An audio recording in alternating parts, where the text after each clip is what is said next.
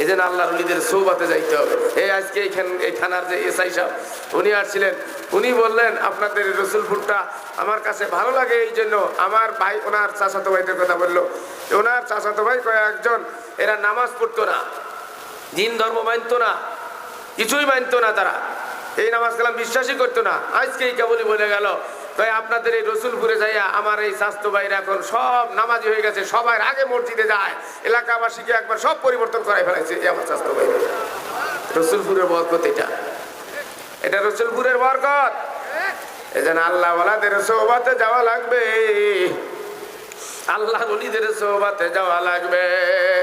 আল্লাহ আল্লাহ আল্লাহ ওয়ালাদের সোহবাতে গেলে তোমার দুনিয়ামুখী অন্তর আখিরাতমুখী হয়ে যাবে, শয়তানমুখী দিল আল্লাহমুখী হয়ে যাবে, তোমার নামাজ নামাজে পরিণত হবে, তোমার জিকির জিকিরে পরিণত হবে, তোমার তেলাওয়াত তেলাওয়াতে পরিণত হবে।